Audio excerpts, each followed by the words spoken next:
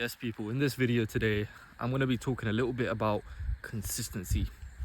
I think a lot of people struggle with the word consistency, and I want to talk specifically on the topic of fitness and going to the gym and going in and out of the gym, and how it just feels like a chore and why there's so much resistance with you going to the gym and you trying to get fitter, right?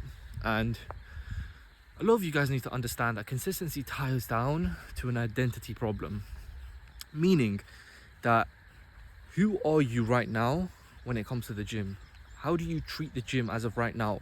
How do you perceive the gym for yourself right now? Is it something that feels inadequate? Is it something that feels uncomfortable? Do you feel stray towards it? Do you feel like alienated? Like, what does it mean to you, right? A lot of people have an identity problem. They think that gym causes them some kind of hindrance. They think that it impacts their life and takes away from their life, when in fact it should only add value to your life. A lot of people misinterpret exactly what it is that causes them the most upward trajectory motion when it comes to their physical goals, and one of them being identity. Identity is a big one. So once you shape your identity into someone that is capable of getting fitter, capable of getting to the physique that they want to get to, capable of getting to 10% body fat, once you understand the kind of engineering it takes for that certain individual to get to 10% body fat, to lose 50 pounds, right? You have to do the things necessary to get there. Think about the person that you admire or the physique that you admire. What does it take for them? What do you think it took them? Do you think it took them late night snacks? Do you think it took them binge eating? Do you think it took them, being lazy and procrastinating their decisions? No. They had to get up when they didn't feel like it. They had to pick up the foods. They had to invest extra. They had to spend a little bit more time in the gym, right? They had to recover. They had to do all these sorts of things from a nutritional perspective and a physical perspective. And you think you can do the same things and get the same results? Everything shows with your physique. Everything shows, exactly everything. And I think consistency, right, what is your identity tied to when it comes to fitness? Are you the lazy person or are you the go-getter person? You have to change that. You have to make that switch, non-negotiable. The second thing is, what is your reason? Why do you want to get fit? Why do you want to get to the best shape of your life? How do you go from admiring to achieving? How do you get there, right? You have to dig really deep for that reason. You have to think in the most introspective manner. You have to go into, boy, when I tell you, you have to really dig deep.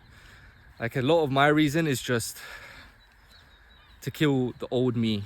And I know it's quite generic, but the old me really put me through, that version 1.0 of me, let's say, caused me so much grief, caused me so much stress, put me in a position where I dislike myself so much from the man I saw in the mirror, or shall I say boy I saw in the mirror, and the man I wanted to become. I knew what I needed to do, and I disliked it so much that I have the saying, right? You have to dislike the version 1.0 of you more than the pursuit of version 2.0. That's what you have to do. That's where consistency starts to form. That's where you start to become more routinized to the gym. You start to tell your mind and you start to tell your body. Once you start telling your mind these things, once you start talking to yourself more positively, your body will reinforce that. You will make it a habit, right? So become the type of person, engineer your mind, engineer your body in a way where you can't fall back. You've given yourself a reason. Find that reason, because in times of procrastination, in times of laziness, in times of uncomfortability, you're going to pick up that reason and you're going to have that at the forefront of your mind. And it is the perfect reminder and it is the perfect fuel to get you up your arse and get working, get to the gym, do the things that you don't want to do, go on the run, get on the treadmill, right? And it sounds tame, it sounds boring, it sounds like I don't want to do it. But confrontation is the biggest stimulant to growth. Once you start becoming confrontational with your skin, your flaws, what you don't like, what you know you shouldn't be doing, oh my God, this changes everything. That changes absolutely everything. Because you become aware. You become self-aware of what you're doing wrong, what you know you need to do, and how you're going to get there, right? Because then self-awareness stems, and a lot of people in this generation don't have self-awareness. Back to my point, besides it, consistency, right? Identity shift. How do you perceive the gym? How do you perceive yourself and associate yourself with the gym and fitness, right? And what is your reason? Dig deep for that reason. It doesn't have to be the most commendable, the most respected. It could be the most dim-witted. It could be the most evil. It could be the most nasty reason as to why you start gym. The worse, the better, believe me. And just remember that reason. Those two things are really and truly probably what you're missing out right now. It's one or two of them. If it's not both of them, it's one of them. If it's not one of them, it's the other, or it's both of them.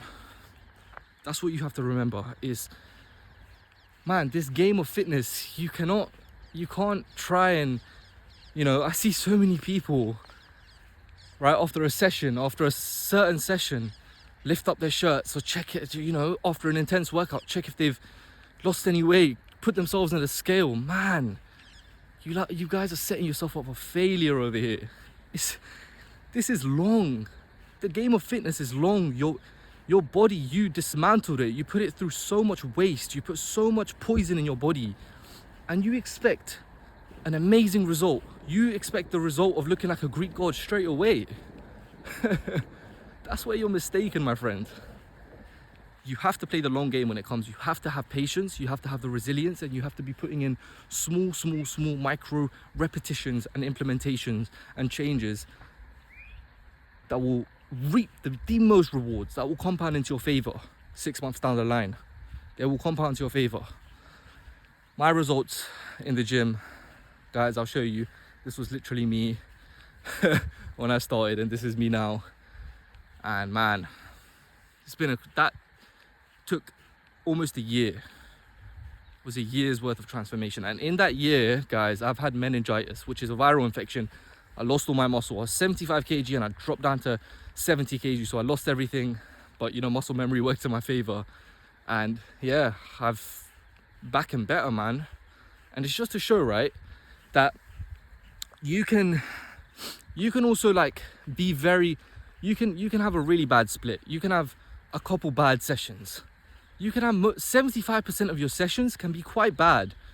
Not good quality reps, not but not the best quality sets.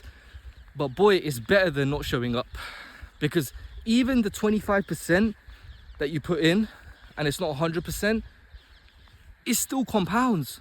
This is what guys don't understand. When you're tired and you're sore and you feel mentally exhausted, you think you're gonna have a bad session, but at least it is still a session, and that same session compounds over time. And you realize, okay, my body's capacity is this. You realize more about yourself. So stop neglecting the sessions that you might not put 100% in. It is all up here. It's a barrier up here that you need to let go. And once you let go of that barrier, boy, it's an identity shift. You need to find your reason, and you need to, once you start finding those two things, you need to start focusing on micro implementations. You need to start getting happier with micro wins. Become pleased with micro wins. I'm gonna close this one off today, guys. Consistency. That is the name of the freaking game. Catch you in the next one.